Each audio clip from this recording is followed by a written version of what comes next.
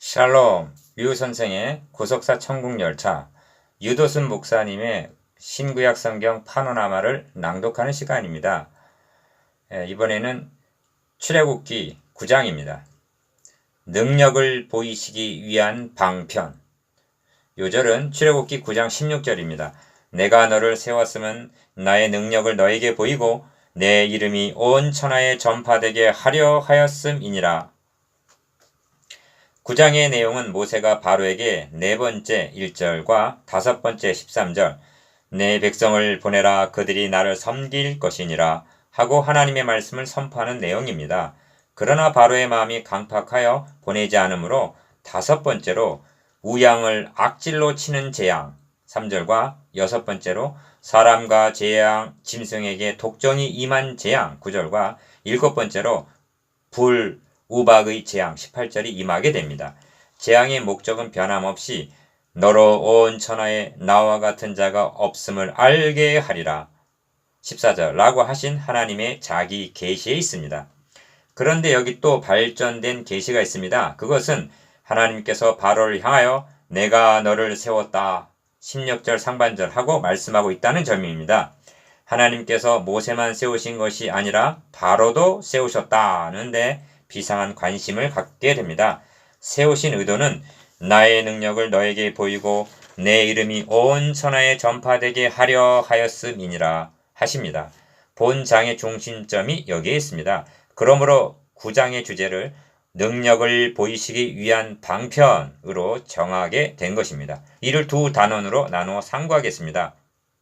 첫째 단원 1절에서 12절 바로의 마음을 강팍해 하심.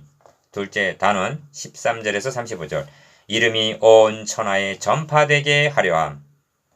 첫째 단원 1절에서 12절 바로의 마음을 강팍해 하심.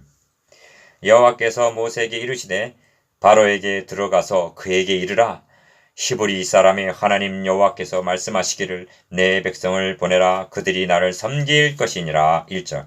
이는 네 번째 선포입니다.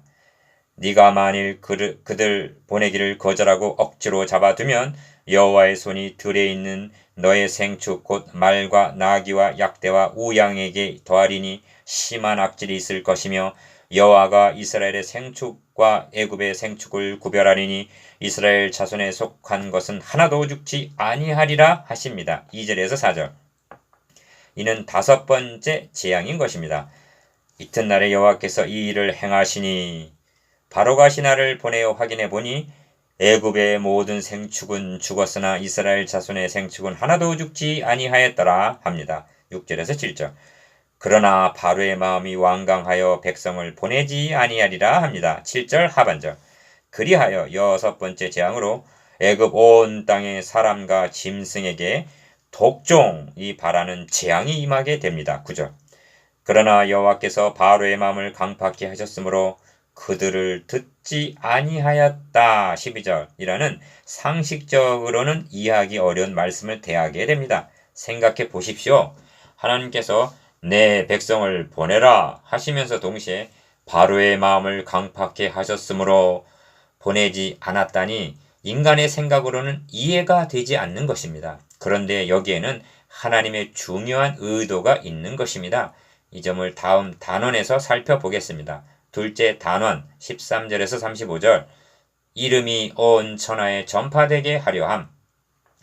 여호와께서 모세에게 이르시되 아침에 일찍이 일어나 바로 앞에 서서 그에게 이르기를 히브리 사람의 하나님 여호와의 말씀에 내 백성을 보내라 그들이 나를 섬길 것이니라 13절. 이는 다섯 번째 선포입니다. 이에 수반하여 우박의 내림과 불덩이가 우박에 섞여 내리는 24절 일곱 번째 재앙이 임하게 됩니다. 그러나 이스라엘 자손이 거한 고센 땅에는 우박이 없었더라 합니다. 26절. 이 점에서 악질이나 우박이 없었더라만 생각해서는 너무나 근시안적인 것입니다. 하나님의 계획하심이 이것이 전부가 아니기 때문입니다. 하나님은 그들을 유월절 어린 양의 피로 구별하여 약속의 땅 가나안으로 인도하시려는 계획을 갖고 계시는 것입니다. 그렇습니다. 성도들은 지옥 형벌만을 면한 것이 아닙니다. 영원한 천국으로 인도하시려는 것입니다. 그런데 여기 중요한 말씀이 등장합니다. 하나님께서 바로에게 내가 너를 세웠음은 나의 능력을 너에게 보이고 내 이름이 온 천하에 전파되게 하려 하였음이니라. 16절이라는 말씀이 그것입니다. 사도 바울도 이 말씀을 인용 로마서 9장 17절 하여 하나님의 절대 주권을 증거하고 있을 만큼 중요한 의미가 있는 것입니다. 첫 번째, 내가 너를 세웠음은, 두 번째, 나의 능력을 너에게 보이고, 세 번째, 내 이름이 온 천하에 전파되게 하려 하였음이니라. 이 말은 능력을 보이시기 위한 방편으로 삼았다는 뜻입니다. 그리고 능력을 보이시는 목적은 내 이름이 온 천하에 전파되게 하려 함. 16절이라고 말씀합니다. 이 목적을 위해서 하나님은 바로의 마음을 강팍케 하셨고 지금까지 살려두셨다는 말이 됩니다. 10가지 재앙을 내리신 것에 관해서 오해를 해서는 아니 됩니다. 지금 하나님은 7번째 재앙을 준비하고 계십니다. 그런데 마치 권투 선수가 상대방에게 펀치를 6번이나 날렸는데 빗 맞았다든가 위력이 약해서 넘어질 듯 하다가도 다시 일어나듯 그런 것이 아니라는 말씀입니다. 바로를 KO시키기 위하여 10번의 재앙이 다 필요했던 것은 아닙니다. 그러므로 15절에서는 내가 손을 펴서 온역으로 너와 너의 백성을 쳤다면 네가 세상에서 끊어졌을 것이나 하십니다. 15절. 즉 한 방에 벌써 죽었을 것이라는 말씀입니다. 그러나 그렇게 하지 않으신 것은 나의 능력을 너에게 보이고 내 이름을 온 천하에 전파되게 하려 하심에서였다는 것입니다. 16절. 그렇다면 바로에게 보이시려는 그 능력이란 무엇을 가리키는 말씀일까요? 모든 재앙을 가리킬 수가 있습니다. 그러나 이를 평면적으로 생각해서는 부족합니다. 하나님께서 10가지 재앙을 통해서 초점을 어디로 모아가고 있는가를 깨달아야만 하는 것입니다.